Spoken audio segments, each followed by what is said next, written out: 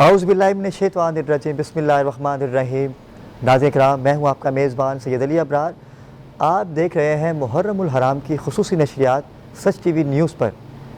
ناظرین کرام، ہماری اس ٹرانسمیشن کا آغاز جو سچ ٹی وی نیوز نے کیا ہے، آج کی اس نشست کا جو نام ہے وہ نام ہے کلام حسین علیہ السلام۔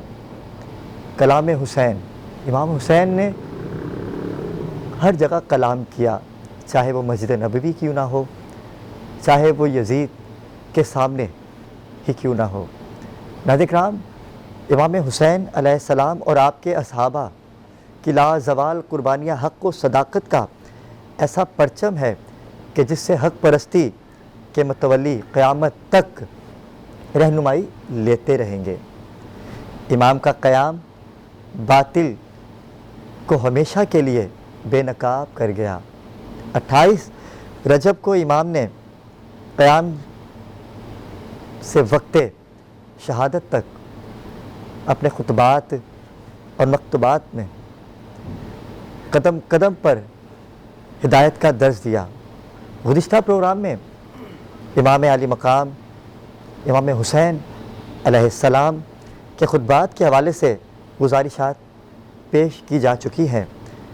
اس نشست میں امام حسین کے مقاصد اور کلام حسین کے حوالے سے ایک اجملی جائزہ لینے کی کوشش کریں گے، جس میں ہمارے ساتھ مختلف مکتبہ فکر کے علماء اکرام ہوں گے اور نحو خوان ہوں گے، منقبت خوان ہوں گے۔ لیکن ناظرین کرام، آج کی اس نشست میں جس شخصیات نے ہمیں جوائن کیا ہے، کسی تعارف کی محتاج نہیں ہے، پروردگار نے بڑی عزتوں سے نوازا ہے۔ مختلف ٹی وی چینلز پر آپ ان کو ملاحظہ کرتے آئے ہیں۔ میری مراد ہے ہمارے سب سے پہلے مہمان مفتی محمد وسیم بندگی۔ السلام علیکم۔ وعلیکم السلام ورحمۃ اللہ وبرکاتہ۔ مفتی صاحب، آپ کا شکر گزار ہے کہ آپ تشریف لائے۔ اور جو دوسری شخصیت ہے ہمارے ساتھ، ناظرین کرام، آپ نے ان کو بھی مختلف ٹی وی چینلز پر ملاحظہ کیا ہے، کسی تعارف کے محتاج نہیں ہے، پروردگار نے بڑی عزتوں سے نوازا ہے، ذکر محمد و آل محمد کر کے پوری دنیا میں نام کمایا ہے۔ آج سچ ٹی وی نیوز پر ہمارے مہمان ہیں علامہ سید کمیل مہندی۔ السلام علیکم علامہ صاحب۔ بہت شکریہ علامہ صاحب، آپ کا بہت شکریہ کہ آپ تشریف لائے۔ جی ناظرین کرام، ہمارے ساتھ ہمیشہ کی طرح ایک نحو خوان نے جوائن کیا ہے۔ یہ بھی کسی تعارف کے محتاج نہیں ہے، پروردگار نے ان کو بڑی عزتوں سے نوازا ہے کم عمری میں۔ حیدر علی ہمارے ساتھ۔ حیدر علی، کیسے ہیں آپ؟ ٹھیک ہے، انشاءاللہ آپ سے کلام سنتے رہیں گے۔ ناظرین کرام، اس سے قبل کہ اس پروگرام کا آغاز کیا جائے، میں مفتی صاحب آپ کی طرف آؤں گا۔ امام حسین علیہ السلام کلام کرتے تھے، ان کے ہر کلام میں، گفتگو میں ایک میسیج تھا جو رہتی دنیا تک یاد رہے گا۔ کیا کہیں گے؟ اعوذ باللہ من الشیطان الرجیم، بسم اللہ الرحمن الرحیم۔ وبشر الصابرین، صدق اللہ العظیم۔ بہت شکریہ سید علی ابرار صاحب، اور سچ ٹی وی کا بھی شکریہ کہ اس عبادت کے اندر ہمیں بھی شامل ہونے کا موقع عنایت کیا گیا۔ دیکھیے، حضرت امام حسین رضی اللہ تعالیٰ عنہ نواسہ رسول ہیں۔ حضور فرماتے ہیں کہ اللہ نے مجھے جوامع الکلم عطا فرمائے، یعنی جو فصاحت اور بلاغت اور کلام کے اندر پوشیدہ جو اسرار اور رموز جس جہت سے بھی ہو سکتے ہیں، وہ ساری کی ساری حکمتیں، وہ ساری کی ساری برکتیں اللہ رب العالمین نے اپنے پیارے حبیب کو عطا فرمائی۔ اس کے بعد حضور علیہ السلام فرماتے ہیں کہ حضرت علی کرم اللہ وجہ الکریم کے بارے میں کہ میں علم کا شہر ہوں اور علی اس کا دروازہ ہے۔ تو ان جوامع الکلم کا کچھ حصہ ضرور آپ کو عطا فرمایا گیا۔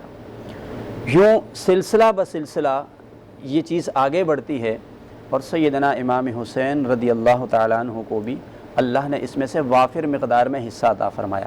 یعنی کہنے کا مقصد یہ ہے، ہو سکتا ہے کلام مختصر ہو لیکن اس کا مفہوم وسیع ہو۔ بے شک ایسا ہی ہے۔ اور بات جب بھی کی جائے گی، اس بات میں ہزار ہاں راز بھی پنہاں ہوں گے، اور وہ بے شمار فوائد پر مرتب کلام ہوگا۔ حضور نے ایک مقام پر جیسے یہ بھی ارشاد فرما دیا تھا کہ حسین منی وانا من الحسین، اگر ہم اس کو بھی جوڑیں تو وہ جوامع الکلم کی برکتیں اللہ نے آپ کو بھی عطا فرمائی تھی۔ یہی وجہ ہے کہ آپ نے مختلف مقامات پر جب بھی کلام فرمایا تو کلام کے کچھ مقاصد ہوتے تھے، اس کے کچھ مفاہیم ہوتے تھے، اور اس کے پیچھے کچھ حکمتیں ہوا کرتی تھی، اور ہر موقع کی مناسبت سے بات کو ارشاد فرمایا کرتے تھے، اور ہر بات کہنے کا مقصد بھی یہ ہوتا تھا کہ اس سے دوسروں کو تعلیم دی جائے، دوسروں کو سکھایا جائے، اور دوسروں تک پیغام حق پہنچایا جائے۔ یعنی ہم یہ کہہ سکتے ہیں کہ اگر کسی شخص کے پاس ایک فن موجود ہے، کسی بھی فیلڈ کا وہ ماہر ہے، تو زیادہ تر لوگ اس فن کو اپنے ذاتی مفادات کے لیے استعمال کرتے ہیں۔ یوں ہی گفتگو بھی ایک فن ہے، کلام بھی ایک فن ہے، حکمتوں کے ساتھ کلام کرنا یہ بھی ایک فن ہے، لیکن آپ نے جہاں بھی کلام کیا تو اس میں کوئی مفادات نہیں تھے، بلکہ ہر کلام کے پیچھے امت مسلمہ کے لیے رہنمائی، دین حق کی سربلندی اور لوگوں تک حق بات پہنچانا، یہ ان کے مقاصد ہوا کرتے تھے۔ اس لیے اگر ہم کسی بھی مقام کی گفتگو اٹھا کر دیکھیں گے کہ جہاں جہاں آپ نے کچھ کلام کیا، نصیحتیں فرمائی، تو وہاں پر صبر، استقامت نظر آئے گی، دین حق کی سربلندی نظر آئے گی، وہاں پر لوگوں کی خیر خواہی نظر آئے گی، اور بالخصوص امت مسلمہ کی خیر خواہی نظر آئے گی۔ جیسے اگر ہم تھوڑا سا تقابل کر کے دیکھیں تو آپ کے مد مقابل یزید آ گیا، اس کی افواج آ گئی، بڑے بڑے خطباء آ گئے، لیکن ان سب نے اپنے فن کلام کو اپنے ذاتی مقاصد کے لیے استعمال کیا۔ لیکن آپ نے جہاں پر بھی گفتگو فرمائی، اگرچہ کسی مقام پر آپ نے یہ بھی دیکھا اور محسوس کیا کہ آپ پر لوگ ظلم بھی کر رہے ہیں، تب بھی اپنا کلام اپنے ذاتی مقاصد کے لیے نہیں، بلکہ ہر مقام پر جب گفتگو فرمایا کرتے تھے اس میں امت مسلمہ کے لیے نصیحتیں ہوا کرتی تھی، جیسا کہ خود میدان کربلا کے اندر بھی ہوا۔ جو مد مقابل تھے ان سے بھی گفتگو کا موقع آیا تو آپ نے وہاں پر بھی جب گفتگو کی تو انہیں ان کے فوائد ہی بتائے، انہیں نقصانات سے بچانے ہی کی کوشش کی، انہیں عذاب الہی سے محفوظ کرنے کی کوشش کی۔ وہ فریضہ جو سرور کائنات صلی اللہ علیہ وآلہ وسلم کا تھا کہ آپ بھی لوگوں کو عذاب سے بچانے کے لیے آئے، تو آپ نے بھی آخری دم تک وہاں پر اپنے کلام سے بھی یہ کوشش کی کہ میں یہاں بھی یہ کوشش کروں کہ ان مد مقابل اور اپنے دشمنوں کو بھی عذاب الہی سے محفوظ رکھ سکوں۔ تو ہم کہہ سکتے ہیں کہ آپ کا کلام جہاں جہاں گیا وہیں اسرار، رموز اور موتی بکھیرتا گیا اور علم کو اور دین مصطفیٰ کو پھیلاتا چلا گیا۔ اس میں کوئی شک نہیں ہے علامہ صاحب، ایسا ہی ہے کہ کربلا کا ہر شہید جب بھی یزید کی فوج سے مرد مقابل ہوتے تو وہ بیان کرتے، کلام کرتے، اور وہ وہی کلام کرتے کہ جو نواسۂ رسول محمد مصطفیٰ صلی اللہ علیہ وآلہ وسلم مدینے سے جب 28 رجب کو چلے تھے امام حسین بادشاہ، تو جو نانا نے ایک بتایا تھا وہی آ کے میدان کربلا میں بتایا، اور قرآن اور اللہ کی ہی بات کی۔ امام کے قیام کے ہدف کیا تھے؟ بہت ہی اہم سوال ہے آپ کا۔ جہاں اس سوال کا مقصد تاریخی حقائق سے پردہ اٹھانا ہے، وہیں پر میں یہ سمجھتا ہوں کہ اس سے پیغام امام حسین کو بھی سمجھنا چاہیے۔ بے شک بے شک، اور بلکہ یہ کہنا غلط نہ ہوگا کہ یہ جو میدان کربلا ہے یہ ایک عظیم دینی درس گاہ ہے، اس کے بے شمار پہلو ہیں سیکھنے کے۔ بلکہ میں اپنے ناظرین سے یہ کہوں کہ وہ بھی اس پیغام حسین کو یا پیغام کربلا کو اس سوال کے تناظر میں، اس کی کئی جہتیں ہیں، اس سوال کے تناظر میں سمجھیں کہ آپ کا وہاں پر قیام کرنے کا مقصد اور وہاں پر جانے کا مقصد، کیونکہ اس میں بہت زیادہ کلام ہے اور بہت زیادہ کلام کیا بھی گیا، ہر ایک نے اپنی اپنی سوچ، نظر اور فکر کے مطابق جو ہے گفتگو کی کہ آخر آپ کیوں گئے، وہاں پر قیام کا کیا مقصد تھا، اہداف کیا تھے، نصب العین کیا تھا، نظریہ کیا تھا۔ تو یہ بات بڑی سمجھنے والی ہے۔ میں یہ سمجھتا ہوں، اور جو حق بھی ہے اور جو آپ کے اپنے کلام سے بھی ہم نے سمجھا، کیونکہ تاریخ ابن اسیر کے اندر موجود ہے، تاریخ طبری کے اندر موجود ہے، بڑی مستند روایات ہیں کہ جب حضرت امام حسین رضی اللہ تعالیٰ عنہ میدان کربلا کی طرف جا رہے تھے، مکہ سے جب کوچ کر گئے تو ایک مقام پر جب آپ نے قیام کیا تو وہاں پر آپ نے کچھ باتیں ارشاد فرمائی، جس کا خلاصہ یہ ہے کہ آپ نے یہ فرمایا کہ یعنی یہ ہم کہہ سکتے ہیں کہ یہ آپ کے جانے کا مقصد تھا، ہم یہ کہہ سکتے ہیں یہ پیغام ہے کربلا کا، یہ پیغام ہے امام حسین کا۔ آپ نے فرمایا کہ جب کسی حکمران کو دیکھو وہ ظلم کر رہا ہے، حکم الہی کو پامال کر رہا ہے، شریعت کے احکام کو پامال کر رہا ہے اور لوگوں کے ساتھ ظلم کر رہا ہے، برائی اس کی عروج پر ہے، تو فرمایا تم میں سے ہر شخص جتنی طاقت رکھتا ہے، اب طاقت کے مختلف محامل ہوتے ہیں، کوئی زبان سے رکھتا ہے، کوئی اختیارات سے رکھتا ہے، فرمایا تم میں سے جس کو جتنی اللہ نے طاقت دی ہے اس ظالم شخص کے خلاف حق بات کہنے کے لیے تمہیں میدان عمل میں اترنا ہوگا۔ اور پھر آپ نے ایک وعید ارشاد فرمائی کہ اگر کوئی شخص جتنی طاقت اس کے پاس اختیار ہے اس کو بھی استعمال نہیں کرتا، اس کے ظلم کو روا رکھا، تو فرمایا ہے کہ ان قریب اللہ اس شخص کو بھی اس ظالم کے ساتھ ہی ملا دے گا، یعنی جو حال اس کا ہونے والا ہے وہی حال اس کا بھی ہو جائے گا۔ اب ہم یہاں سے سمجھ سکتے ہیں کہ امام حسین اپنے مقاصد ارشاد فرما رہے ہیں اور پیغام دے رہے ہیں، جس کو ہم دوسرے الفاظ میں حق پرستی کہہ سکتے ہیں۔ آپ کے جانے کا مقصد، آپ کے قیام کا مقصد اور میدان کربلا سجانے کا مقصد جو تھا وہ فقط یہ تھا کہ حق کو واضح کر دیا جائے، اور یہ پیغام تھا آپ کا کہ حق کے ساتھ کھڑے ہونا۔ اچھا، اسی خطبے کے اندر، اسی کلام کے اندر آپ کا ایک جملہ بڑا معنی خیز اور توجہ طلب ہے۔ آپ نے فرمایا وَأَنَا أَحَقُّ مَنْ غَيَّرَ، فرمایا کہ جب آپ نے یہ کہا نا کہ ظالم کے خلاف بات کرنی ہے، تو فرمایا میں نواسہ رسول ہونے کے ناطے سب سے زیادہ حقدار ہوں کہ جو دین مصطفیٰ کو پامال کرنے لگے، جو دین مصطفیٰ میں خرابی پیدا کرنے لگے، جو ظلم کرنے لگے، تو میں زیادہ حقدار ہوں کہ میں اس کے راستے کی رکاوٹ بنوں۔ سبحان اللہ۔ سو آپ نے ہمیں یہ سکھایا، یہ پیغام دیا میدان کربلا سے کہ جب تم یہ دیکھو کہ کوئی شخص زیادتی کر رہا ہے، ظلم کر رہا ہے، کوئی ناحق کام کر رہا ہے، تو تم حق کی طرف کھڑے ہو جاؤ۔ تم بے جا کسی غلط شخص کی حمایت میں نہیں آنا، تم غلط شخص کی طرفداری نہیں کرنا، تم اس کے ساتھ نہیں کھڑے ہونا جتنا اللہ نے تمہیں اختیار دیا۔ آج میں یہ کہنا چاہوں گا اس پلیٹ فارم سے، ہر دور میں یزیدی کردار بھی رہتا ہے، یاد رکھیے گا۔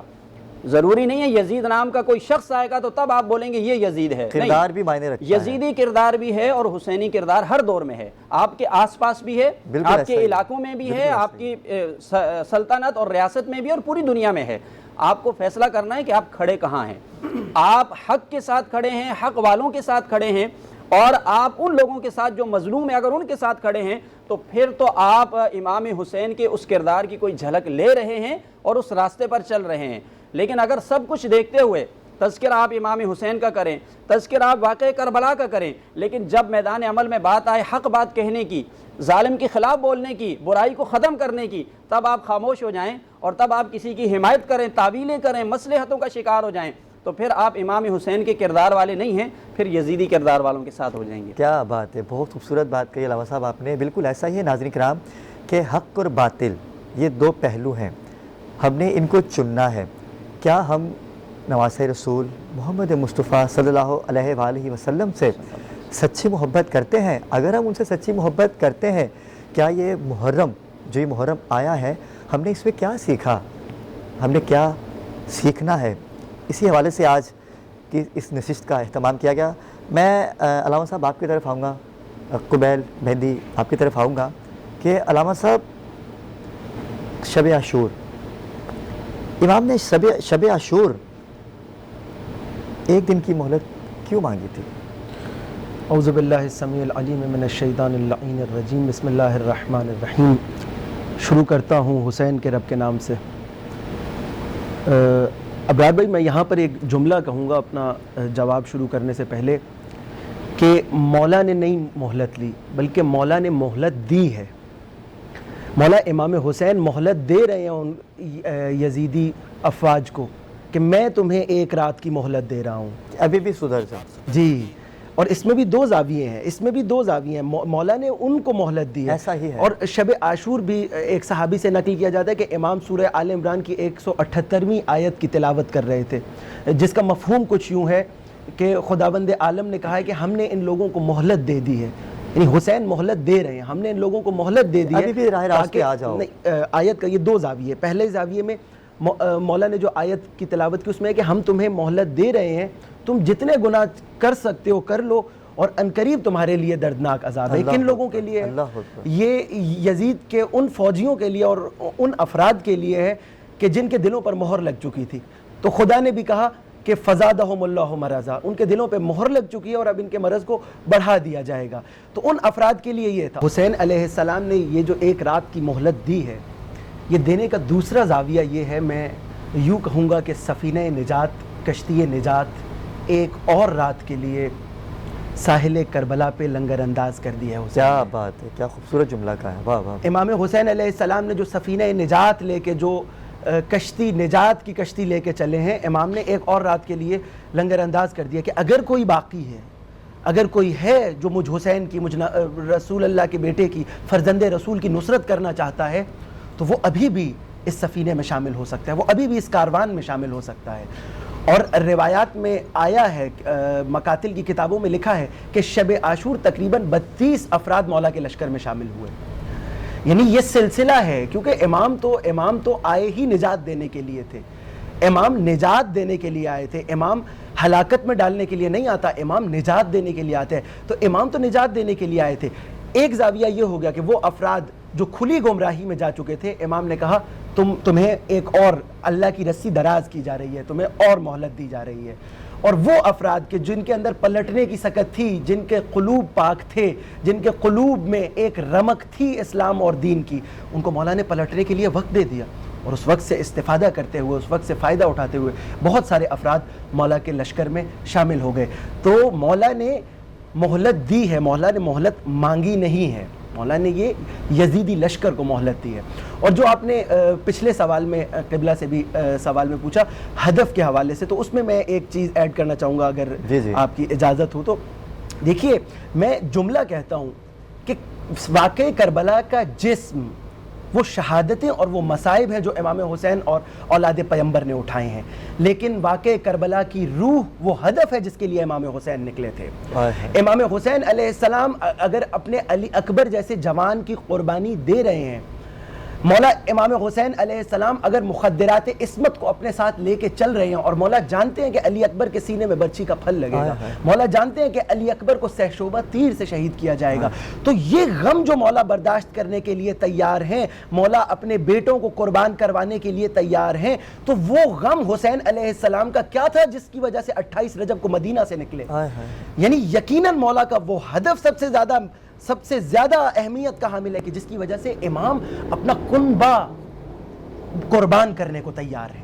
وہ ہدف، وہ غم جو حسین علیہ السلام کو مدینہ سے لے کر نکل رہا ہے، حسین علیہ السلام کو مکہ سے احرام توڑنے پر مجبور کر رہا ہے، اور حسین علیہ السلام کو کربلا کے میدان تک لے جا رہے ہیں، یہ وہ غم ہے، یہ وہ ہدف ہے کہ جس کی وجہ سے حسین علیہ السلام نکلے تھے۔ اور وہ ہدف کیا تھا؟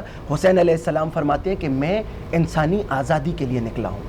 بے شک ابو الاحرار کہتے ہیں نا امام کو آزادیوں کے باپ، امام آزادیوں کے باپ تھے۔ امام کہتے ہیں میں انسانی آزادی کے لیے نکلا ہوں۔ یہ جو توق لوگوں کے گلوں میں غلامی کے توق اور زنجیریں ڈال دی گئی ہیں، میں ان غلامی کی زنجیروں کو توڑنے کے لیے نکلا ہوں۔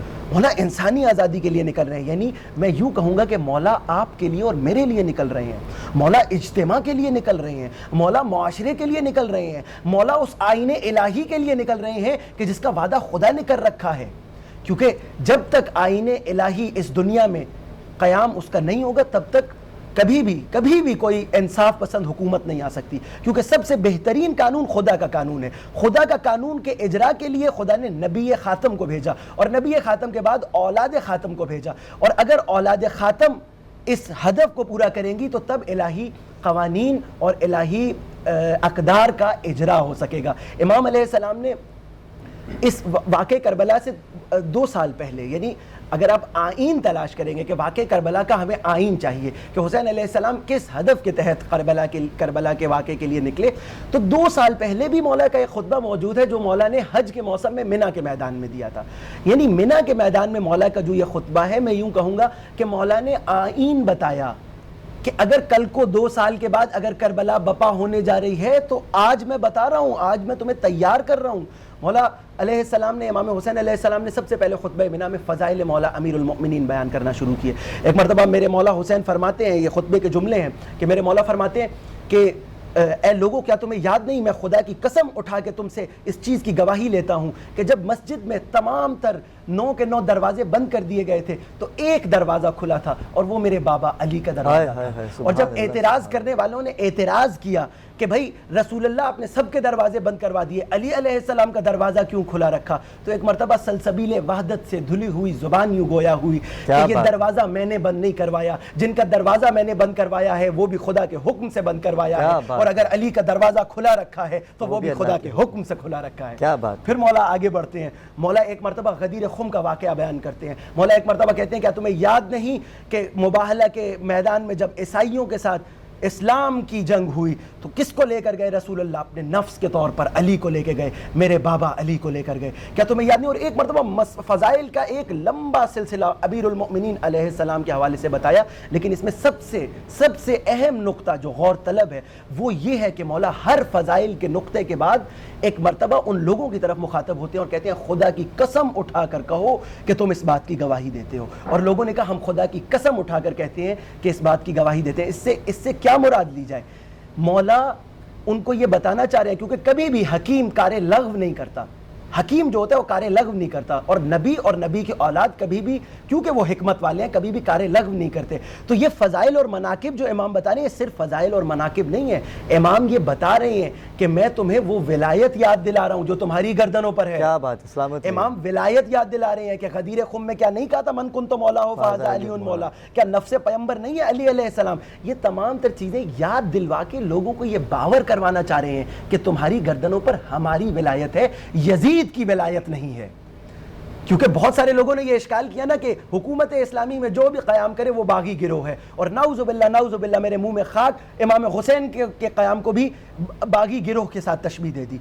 تو نہیں عزیزان محترم ابرار بھائی، یہاں پر امام حسین علیہ السلام بتا رہے ہیں کہ تمہارے اوپر ہماری ولایت ہے، روحانی ولایت ہماری ہے، یزید کی ولایت نہیں ہے تمہاری گردنوں پر. فضائل کے ذریعے علی علیہ السلام کی ولایت کو ثابت کیا، اور اس ولایت کے ذریعے سے امام علیہ السلام نے جب وہ ثابت کر لی تو پھر یہ بتایا کہ کیونکہ تمہارے اوپر ہماری ولایت کا توق ہے، تمہارے اوپر تمہاری گردنوں پر ہماری ولایت. تو پھر مولا نے بتایا کہ اگر حکومت اس طریقے سے چلے کہ وہاں پر ظلم و جور کا بازار گرم ہو اور یہ تمام تر چیزیں ہوں، اور حکومت کے اندر جو ہے اسلامی اقدار کو بھلا دیا جائے جبکہ نام حکومت اسلامی کا ہو، تو پھر لوگ کیا کرتے ہیں؟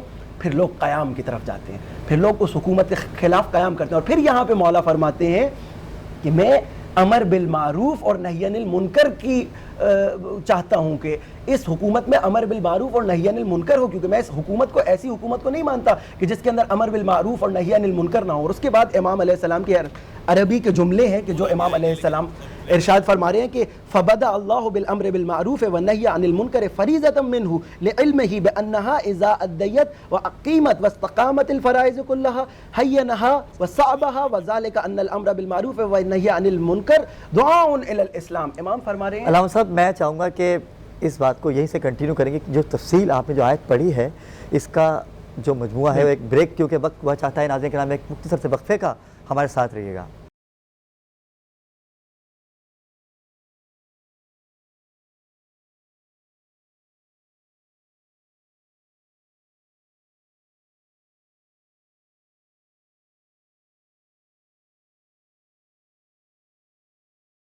جی ناظرین کرام، وقفے سے واپس آ چکے ہیں. علامہ صاحب بڑی خوبصورت گفتگو کر رہے تھے آپ. جی بسم اللہ ملاحظہ تو کیجیے وہ گا. میں نے عربی عبارت جو پڑھی یہ امام علیہ السلام کا وہ مینا کا خطبہ ہے کہ جس کے اندر پہلے امام نے اپنی ولایت ثابت کی لوگوں کی گردنوں پر، اس کے بعد امام نے ارشاد فرمایا کہ امر بالمعروف، جب ایک معاشرے میں امر بالمعروف اور نہی عن المنکر اجرا پائے گا تو اس کا کیا نتیجہ نکلے گا. کیونکہ ہم نے مولا کے اہداف میں ہمیشہ جب بھی آپ ہدف کی بات کرتے ہیں نا تو امام کا یہی جملہ آتا ہے کہ میں امر بالمعروف اور نہی عن المنکر کے لیے نکلا ہوں، میں اپنے نانا کی امت کی اصلاح کے لیے نکلا ہوں. یہی جملہ آتے ہیں. یہاں پہ مولا تفسیر بتا رہے ہیں کہ امر بالمعروف اور نہی عن المنکر ہے کیا. امام کہتے ہیں جب امر بالمعروف اور نہی عن المنکر کا اجرا ہوگا معاشرے میں تو معاشرے کے اندر واجبات جو ہیں وہ لوگ انجام دیں گے اور محرمات سے بچیں گے. معاشرے کے اندر مظلوم کو اس کا حق ملے گا، ظالم کے خلاف آواز بلند ہوگی، ظالم کو کیفر کردار تک پہنچایا جائے گا. یہ امر بالمعروف اور نہی عن المنکر کا امام تفسیر کر رہے ہیں. امام کہہ رہے ہیں کہ ظالم کو کیفر کردار تک پہنچایا جائے گا، اور اس کے بعد زکوٰۃ کی صحیح جمع آوری ہوگی اور زکوٰۃ کی صحیح مصارف میں مصرف کی جائے گی زکوٰۃ. یعنی امام علیہ السلام ایک نظام بتا رہے ہیں کہ آئین الہی اور حکومت اسلامی کا اجرا تب ہوگا. یہ اس ہدف تک انسان جس کو خداوند عالم نے اس ہدف کے لیے تخلیق کیا کہ وہ کمال تک پہنچے، وہ کب کمال تک پہنچے گا؟ جب معاشرے میں اور اجتماع میں امر بالمعروف اور نہی عن المنکر ہوگا. اس کے بعد پھر امام فرماتے ہیں کہ میں تخت و تاج کے لیے نہیں نکلا. تم یہ نہ سمجھنا کہ مجھے پیسے کی ہوس ہے یا مجھے تخت و تاج کی ہوس ہے. نہیں، میں ہوس کے لیے نہیں نکلا، لیکن میں چاہتا ہوں کہ آئین اسلامی کا اجرا ہو، میں چاہتا ہوں کہ حکومت اسلامی صحیح معنوں میں اجرا ہو اس کا. تو ابرار بھائی یہ مولا کا ہدف تھا کہ جس کو امام 2 سال پہلے سے بتا رہے ہیں. یعنی اس وقت تو امیر شام کی حکومت تھی، اس وقت امام بتا رہے ہیں کہ دیکھو میں اس لیے اگر مثلا یزید جیسا حاکم ہمارے سروں پر تھوپ دیا جائے گا امیر شام کی طرف سے تو ہم اسے قبول نہیں کریں گے کیونکہ وہ اسلامی اہداف کے خلاف ہے، اور اسلامی اہداف کے جو خلاف ہے حسین اس کے خلاف سیسا پلائی ہوئی دیوار بنا کھڑا ہے۔ بے شک علامہ صاحب بڑی خوبصورت آپ نے بات کہی، ایسا ہی ہے۔ ناظرین کرام، کلام حسین آج کی اس نشست کا جو عنوان ہے، امام حسین بادشاہ نے تو کلام کیا لیکن ایک کلام غازی عباس سے بھی کیا کہ جب جا رہے تھے نا غازی عباس تو مشکیزہ جب ہاتھ میں دیا تھا، جب جناب سکینہ غازی عباس کے پاس آئی تھی تو ایک کلام وہ بھی کیا تھا۔ لیکن آج کا موضوع ہمارا ناظرین کرام یہ نہیں ہے، لیکن بتانا چاہتا ہوں کہ امام حسین بادشاہ بیٹیوں سے لے کے بھائیوں تک اور بیٹوں تک سب نے کلام کیا ہے، لیکن اس کلام کو اگر ہم بیان کریں تو اس ٹرانسمیشن کو کیا صدیاں گزر جائیں گی، لیکن وہ کلام ہم بیان نہیں کر سکیں گے کہ وہ جو مصائب اس کلام کی صورت میں رہتی دنیا تک یاد رہے گا۔ اس سے قبل کہ میں قبلہ صاحب آپ کی طرف بھی آؤں، حضرت حر سے پہلے، کیونکہ حضرت حر علیہ السلام ہو گئے، آئے تھے روکنے کے لیے امام حسین کو، لیکن حضرت حر سے پہلے کتنے لوگ امام کے لشکر میں شامل ہوئے، یہ تھوڑا ملاحظہ کیجیے گا ہمارے ناظرین سے۔ دیکھیے حضرت حر جو ہے وہ آئے تو تھے واقعی راستہ روکنے کے لیے، اور اس وقت وہ اپنی ایک سرکاری ڈیوٹی پر مامور تھے، لیکن جب میدان کربلا سج جاتا ہے تو وہاں پر معاملات کچھ اور ہو جاتے ہیں، اور ان کے دل میں ایمان کی شمع روشن تھی۔ ایسا کیا دیکھا ہوگا جناب حر نے نواسہ رسول کی، ایسی کون سی بات تھی کہ جس سے دیکھ کر وہ چھوڑ دیا سب کچھ اور آ گئے غلامی میں؟ میں اس کو یوں کہوں گا کہ جب شب عاشور حضرت امام حسین رضی اللہ تعالیٰ عنہ نے اپنے رفقا سے خطاب فرمایا تھا، اور جب آپ نے ان سے یہ کہا تھا کہ میں تم سب سے راضی ہوں جو میرے ساتھ آئے ہو، اور میں تمہیں رخصت دیتا ہوں، تم جانا چاہتے ہو تو چلے بھی جاؤ۔ بیعت اٹھا لی تھی شب عاشور کی رات کہ آپ جانا چاہتے ہو چلے بھی جاؤ۔ پھر آپ کے رفقا نے کہا کہ نہیں، ایسا تو بالکل نہیں ہو سکتا، ہم آپ کی محبت میں اور آپ کے ساتھ آئے ہیں اور ہم جان نثار کریں گے۔ یہ بات بتانے کا مقصد یہ ہے کہ اس کے دو پہلو ہیں۔ اس میں حضرت حر جو آپ نے کہا کہ کیا دیکھا، امام حسین ایک تو یہ بتانا چاہتے ہیں کہ جو لوگ ہمارے ساتھ کھڑے ہوتے ہیں، جو ہمارے ساتھ آتے ہیں، کوئی کل کو یہ نہ کہے کہ ہم نے انہیں پریشرائز کر کے یا زبردستی اپنے ساتھ رکھا اور میدان کے اندر مروا دیا، ایسا نہیں ہے۔ اس لیے آپ نے اختیار دیا، اور آپ کو پتہ تھا کہ یہ جانے والے نہیں ہیں، لیکن قیامت تک کے لیے پیغام تھا کہ سب کو یہ معلوم ہو جو ہمارے ساتھ آتا ہے وہ ہماری محبت میں اور ہمیں پہچان کرتا ہے۔ اور دوسری بات جو آپ کے اس اختیار دینے میں تھی اور جو حضرت حر کے ساتھ جڑتی ہے کہ آپ یہ بھی بتانا چاہتے تھے کہ لوگوں یہ دیکھ لو ہماری پہچان کیا ہے، کیا بات ہے، ہماری معرفت کیا ہے، کیونکہ ایک طرف ہزاروں کھڑے تھے، چند آپ کے ساتھ تھے۔ آپ نے یہ بتایا کہ جو ہمیں پہچان لے گا، جو ہماری معرفت رکھے گا، وہ کبھی بھی ہمیں چھوڑ کر غیر کی طرف جا کر کھڑا نہیں ہوگا۔ آپ نے اپنی پہچان کروائی، بلکہ میں یوں کہوں اپنا مقام دکھایا لوگوں کو کہ دیکھو، یہ نہ سمجھنا کہ ادھر لشکر میں تعداد زیادہ ہے اور وہ بظاہر دیکھنے میں غالب لگ رہے ہیں تو یہ کوئی سمجھے کہ شاید ہم شکست کھا گئے، بلکہ آپ نے یہ بھی پیغام دیا کہ جو ہمیں پہچانے گا قیامت تک کے لیے، جو ہماری معرفت رکھے گا، جو ہمارے مقام سے واقف ہوگا، وہ کبھی بھی ظلم کے ساتھ کھڑا نہیں ہوگا۔ تو حضرت حر نے یہی چیز دیکھی تھی، یعنی حضرت حر نے آپ کو پہچانا بالکل اس طرح جس طرح آج الحمدللہ ہم آپ کی محبت میں بیٹھے ہوئے ہیں اور ہم آپ کے لشکر کی طرف ہیں، بالکل اس طرح جس طرح آپ کے رفقا اس وقت آپ کے ساتھ تھے اور یزیدی لشکر میں نہیں تھے، انہوں نے آپ کو پہچانا تھا۔ تو آپ نے ایک کہہ سکتے ہیں کہ ایک معیار دے دیا، آپ نے حق اور باطل کا ایک معیار فراہم کر دیا کہ جو ہمیں پہچانے گا، جو ہماری معرفت رکھے گا، وہ ہمیشہ ہمارے ساتھ ہوگا، چاہے اسے جتنی بھی بڑی قربانی دینا پڑے، پہچانے گا۔ آپ دیکھیں نا، حضرت حر جب ادھر ہیں تو ساری سہولتیں بھی مل سکتی تھی، ساری آسائشیں مل سکتی تھی، انعامات مل سکتے تھے، سب کچھ تھا، لیکن دوسری طرف انہوں نے امام کو پہچانا، اس لیے ان سب کو اپنے پاؤں کی جوتی سے ٹھوکر مارتے ہوئے، رد کرتے ہوئے امام حسین کے قدموں میں آئے۔ اچھا، وہ جو واقعہ ہے نا، جب آپ حضرت امام حسین کی طرف آئے، پہچاننے والے پہچاننے کے بعد کیا کرتے ہیں؟ ایک دفعہ ایسا ہوا، علامہ ذہبی لکھتے ہیں حضرت امام حسین ایک جنازے میں شرکت کے لیے گئے۔ اچھا، جب آپ جنازے سے باہر نکلے نا تو ایک سفید جو ہے بالوں والا، سفید داڑھی والا ایک بوڑھا شخص وہ آپ کے قدموں کے پاس آتا ہے اور اپنے امامے کے شملے سے آپ کے قدم صاف کر کے جوتیاں پیش کرتا ہے۔ سبحان اللہ سبحان اللہ۔ فرمایا وہ حضرت ابو ہریرہ رضی اللہ تعالیٰ عنہ تھے، جو امام کو پہچانتے تھے، وہ ان کے قدموں کو ہاتھ لگانا اپنے لیے باعث سعادت سمجھتے تھے۔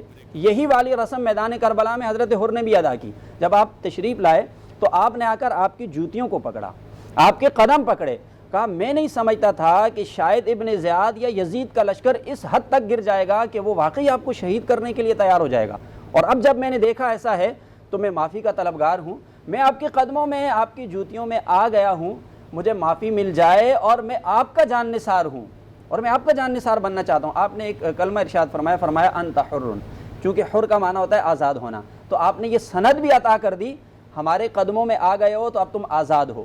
اور کس چیز سے آزاد ہو؟ اللہ کے عذاب سے، اللہ کی پکڑ سے، جہنم سے، اللہ کی گرفت سے۔ چونکہ تم نے ہمارا مقام پہچانا، ہمارے قدموں میں آئے تو اللہ نے تمہیں آزاد کر دیا۔ تو حضرت حر نے وہی روشنی دیکھی تھی، اور اس روشنی کو دیکھ کر پھر آپ کے ساتھ آپ کے بیٹے، ایک روایت کے مطابق آپ کے بیٹے نے بھی جام شہادت نوش کیا، آپ کے بھائی نے بھی، آپ کے غلام نے بھی، اس کے علاوہ بہت سے ایسے افراد جن کو ایمان کی روشنی نظر آئی وہ آپ کے ساتھ ملے اور انہوں نے جانوں کا نذرانہ پیش کیا۔ جی ناظرین کرام، بالکل ایسا ہی ہے قبلہ۔ جناب حر نے امام حسین کا ایسا کلام سنا کہ جس سے وہ یزید کو چھوڑ کے امام کی غلامی میں آ گئے۔ یہ ہے کلام حسین۔ ناظرین کرام، وقت ہوا چاہتا ہے ایک مختصر سے وقفے کا، ہمارے ساتھ رہیے گا۔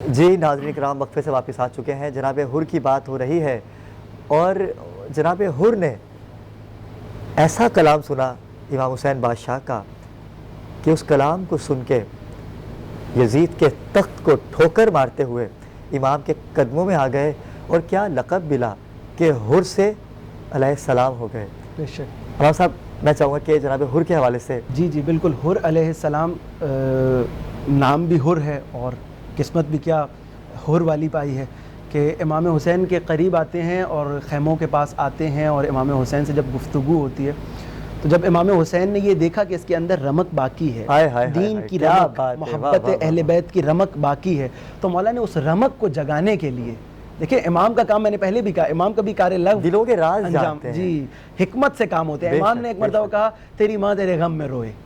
اب جب یہ کہا نا، ایک مرتبہ حر نے پلٹ کے مولا حسین کو دیکھا، اس نے کہا میں آپ کی ماں کے حوالے سے کچھ نہیں کہہ سکتا، اللہ اکبر، اللہ، میں جانتا ہوں وہ مخدرات عصمت میں سے، میں جانتا ہوں وہ فاطمہ الزہرا ہیں، میں جانتا ہوں وہ رسول اللہ کی بیٹی ہیں، میں جانتا ہوں کہ وہ معصومہ ہیں۔ تو ایک مرتبہ اس کا دل منقلب ہوا کہ میں کس سے لڑنے کے لیے آیا ہوں، میں کس کے خیموں کو اکھڑوانے کے لیے آیا ہوں۔ پوری رات سوچتا رہا حر، چلتا رہا۔ اس کے بعد حر اس نتیجے پہ پہنچا کہ حق اس وقت بھی حسین کے ساتھ ہے، اور اپنے ساتھیوں کو لے کے حر امام حسین کے اپنے بیٹے کے ساتھ قافلے میں شامل ہو گئے۔ اس سے پچھلا سوال بھی ابرار بھائی اگر آپ اجازت دیں تو میں بتاؤں کہ امام حسین علیہ السلام کا جب قافلہ، امام نے 2 اپنے سفیر بھیجے تھے، ایک سفیر بصرہ کی جانب بھیجا تھا، ایک کوفہ کی جانب بھیجا تھا۔ کوفہ کی جانب آپ کو معلوم ہوگا حضرت مسلم ابن عقیل، حضرت مسلم ابن عقیل جو امام کے بھائی ہیں وہ گئے تھے کوفہ کی جانب، اور بصرہ کی جانب حضرت سلمان کو بھیجا تھا جو امام کی ایک کنیز کے بیٹے تھے۔ یہاں پر ہمیں مساوات اور عدالت بھی نظر آتی ہے کہ وہاں اگر بھائی گیا تو یہاں پر کنیز کا بیٹا بھی گیا ہوا ہے۔ تو یہ حضرت سلمان، امام کا جب قافلہ کربلا، مکہ سے امام نے احرام کھولے اور امام چلے ہیں، تو امام کو جو ہے جب خبر ملی حضرت مسلم کی شہادت کی اور حضرت ہانی ابن عروہ کی شہادت کی، تو امام منقلب ہو گئے۔ ایک مرتبہ مسلم کی بیٹیوں کو بلایا، اپنے زانوں پہ بٹھایا، انہیں پیار کیا۔ اس کے بعد امام کے قافلے کے ساتھ ساتھ کچھ افراد اور بھی شامل ہوئے ہیں، جن میں زہیر ابن کین ہے۔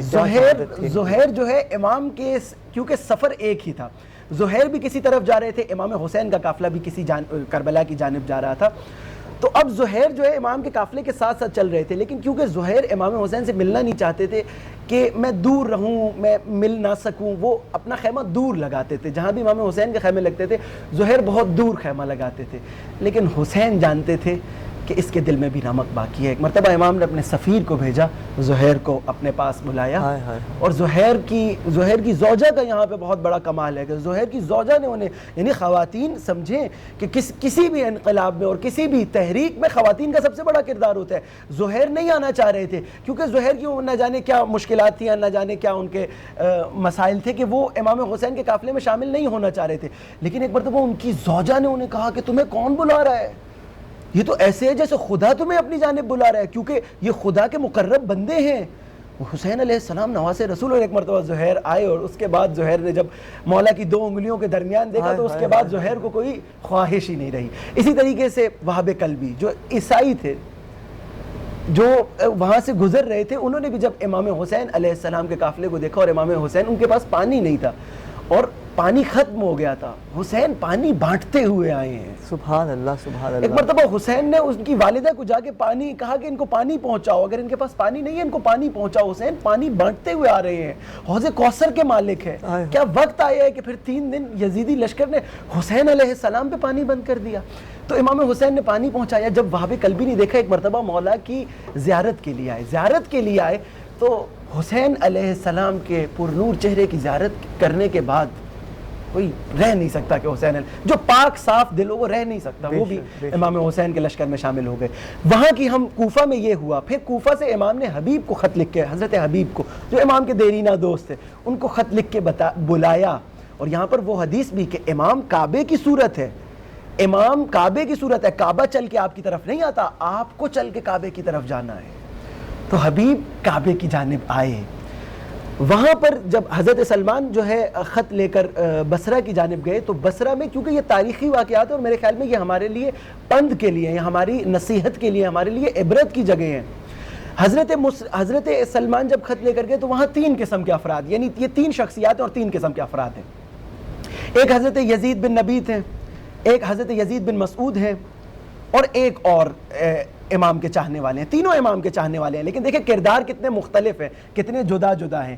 جب حضرت سلمان حضرت یزید بن نبیت کے پاس خط لے کر گئے امام کا کہ میں کربلا کی جانب سفر کر رہا ہوں اور مثلاً میں تنہا ہوں اور یزید کا لشکر میرے سامنے ہے، یزید بن نبیت نے کچھ نہیں سوچا، ایک مرتبہ بے بیٹوں کو لیا اور نکل پڑے. کہا حسین ابن علی نے بلایا، بس سمعن و طاعتا. امام کی پیروی کیسے کرنی ہے؟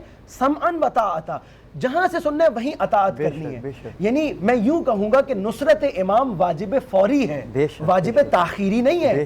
اگر اس واجب فوری کو واجب فوری کے طور پر انجام نہ دیا گیا یزید بن نبیت کی طرح تو پھر آپ تاخیر کر جائیں گے، جیسے کہ حضرت یزید بن مسعود کے ساتھ ہوا. انہوں نے کہا ہم تیاری کر رہے ہیں، مولا کو پھر خط لکھا کہ ہم تیاری کر رہے ہیں، ہم پورے طاقت کے ساتھ آئیں گے، آپ یہاں تشریف لے آئیں.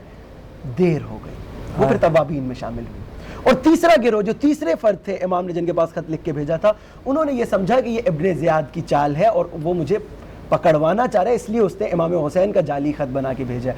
اور انہوں نے حضرت سلمان کو حاکم وقت کے حوالے کر دیا اور حضرت سلمان شہید کر دیے گئے. یعنی یہاں پر ہمیں کیا درس مل رہا ہے؟ یعنی اگر امام حسین کو کیسے افراد چاہیے؟ امام حسین کو بابصیرت افراد چاہیے.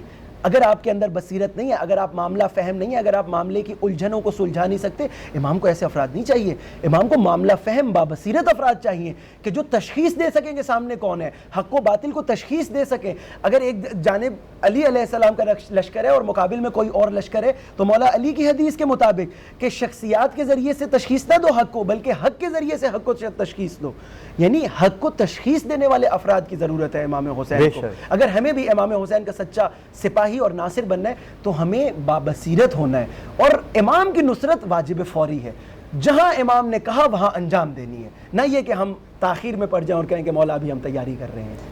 امام نے ہر صورت چاہا، کوشش بھی کی کہ یزید جنگ سے باز رہے، خان وعدہ محمد و آل محمد صلی اللہ آپ کو قتل نہ کر سکے، لیکن یزید باز نہ آیا.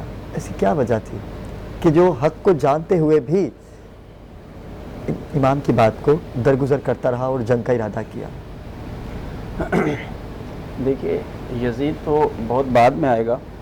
پہلے وہ افراد کے جو میدان کربلا میں آپ کے مد مقابل تھے تو آپ نے ان کے سامنے بھی آخری حد تک ایک یہ کوشش فرمائی. لیکن حکم تو یزید کا ہی تھا نا. جی میں اسی طرف آ رہا ہوں. یعنی جو لوگ پہلے سامنے موجود ہیں آپ نے آخری حد تک ان کے لیے بھی کوشش کی کہ انہیں بھی راہ حق بتا دی جائے. اور یہی وجہ ہے کہ آپ نے ان کے سامنے بھی میدان کربلا کے اندر بھی جو ہے کچھ خطبات اور کچھ نصیحتیں یا کچھ باتیں ارشاد فرمائی. اس کے پیچھے ایک ریزن تو یہ بھی بنا کہ چونکہ آپ آئے ہی لوگوں کو عذاب الہی سے بچانے کے لیے. بالکل ایسا ہی ہے. جس طرح میرے آقا علیہ السلام اس کام کے لیے آئے اس طرح امام حسین بھی یہی کام کر رہے تھے. اس لیے آپ تو حق کو پہچانتے تھے اور آپ کو پتہ تھا کہ اگر یہ مجھے شہید بھی کر دیتے ہیں تو میرا رتبہ اور مرتبہ تو اللہ کی بارگاہ میں بلند ہے, عزتیں ہیں, سب کچھ ہے, لیکن یہ برباد ہو جائیں گے. تو اس لیے آپ نے وہاں پر حتی الامکان کوشش کی, نصیحت فرمائی, لیکن انہوں نے اس بات کو قبول نہیں کیا. اور بلکہ آپ نے اپنے خطابات کے اندر آپ نے یہ بات بھی ارشاد فرمائی کہ جب دیکھا کہ واقعی وہ لوگ اس حد تک چلے گئے کہ اب آپ کو شہید کرنا چاہتے ہیں تو پھر آپ نے اپنا تعارف بھی پیش کیا. یعنی یہ جو تعارف ہوتا ہے نا یہ اصل میں پہچان کروانے کے لیے ہوتا ہے, اور وہی لوگ پہچان کرتے ہیں کہ جن کو اللہ ہدایت نصیب فرماتا ہے. جنہوں نے نہیں پہچانا تو انہوں نے امام الانبیاء کو بھی نہ پہچانا. تو اس لیے پھر جو نہیں پہچاننا چاہتے تو امام حسین نے بھی اپنا تعارف کروایا لیکن نہیں پہچانا. آپ نے پھر اپنا تعارف کروایا کہ بتایا میں کون ہوں. پھر آپ نے کچھ فضائل بھی بتائے, مناقب بھی بتائے.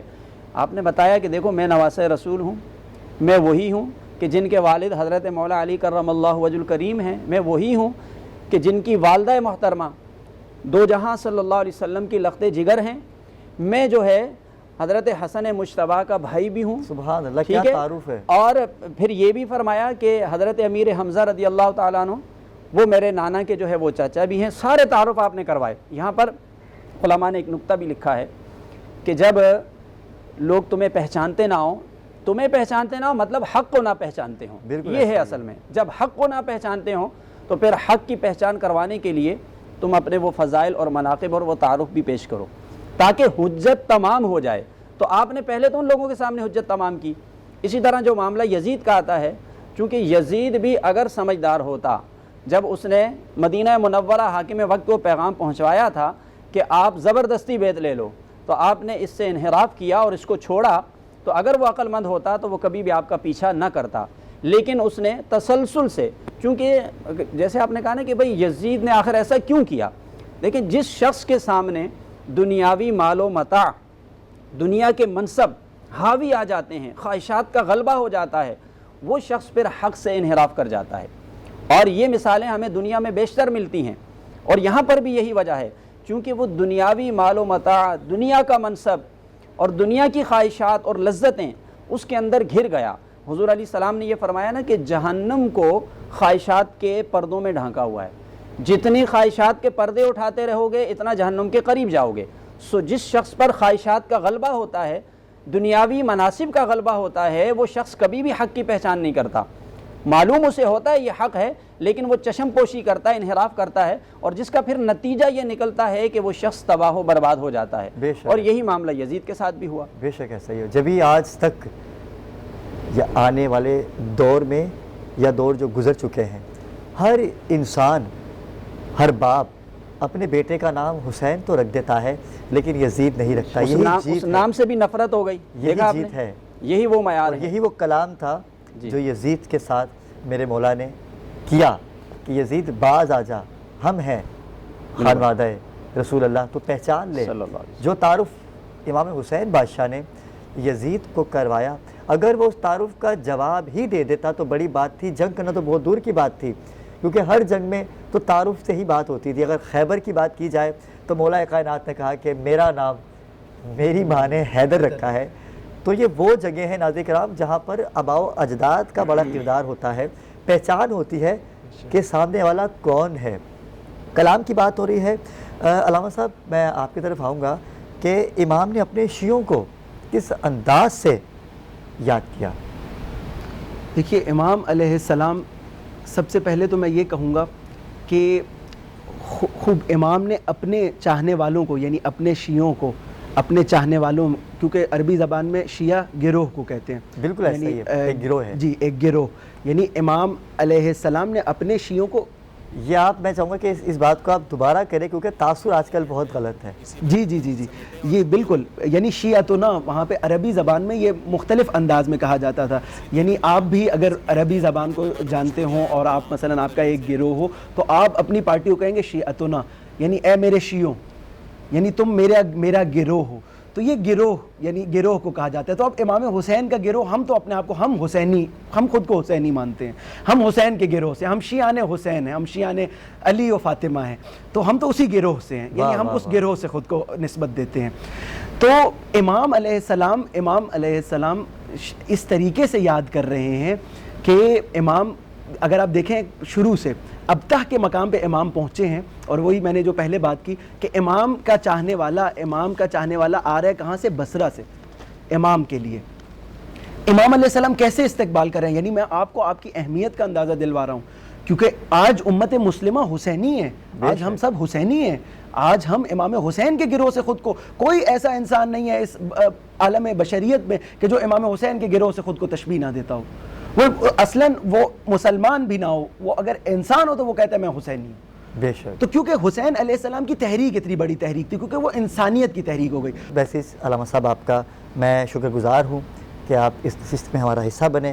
علامہ سید کمیل مہندی آپ تشریف لائے یہاں پر، آپ کا شکر گزار ہوں.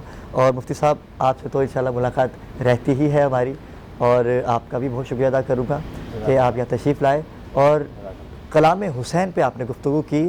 میں اختتام کی طرف جاؤں گا، لیکن میں اس سے پہلے ایک شعر پڑھنا چاہوں گا کہ ابھی آپ نے کہا کہ شیعہ ایک گروہ کا نام ہے، تو میں اپنے ناظرین کو بتانا چاہتا ہوں کہ شیعہ، سنی، وہابی، دیوبندی ایک طرف رکھ دیجئے، نبی سے محبت کیجئے. وہ کہتے ہیں نا کہ انسان کو بیدار تو ہو لینے دو، ہر قوم پکارے گی کہ ہمارے ہیں حسین. حسین علیہ السلام کسی ایک گروہ کے یا ایک فقہ کے نہیں ہیں. جو نبی سے محبت کرتا ہے وہ حسین سے محبت کرے گا، کیونکہ حسین منی وانا من الحسین، حسین مجھ سے ہے اور میں حسین سے ہوں. ناظرین کرام، ہمارے پروگرام کا وقت ہوا چاہتا ہے ختم. انشاءاللہ آپ سے ملاقات ہوگی دوبارہ، لیکن میں چاہوں گا کہ حیدر علی جو ہمارے ساتھ آج اس نشست میں ہمارے ساتھ تھے، آپ کا بھی شکریہ ادا کروں گا، لیکن ان کے کلام سے ہی ہم اختتام کی جانب رواں دواں ہوں گے. انشاءاللہ ہمیں اجازت دیجیے. اللہ حافظ.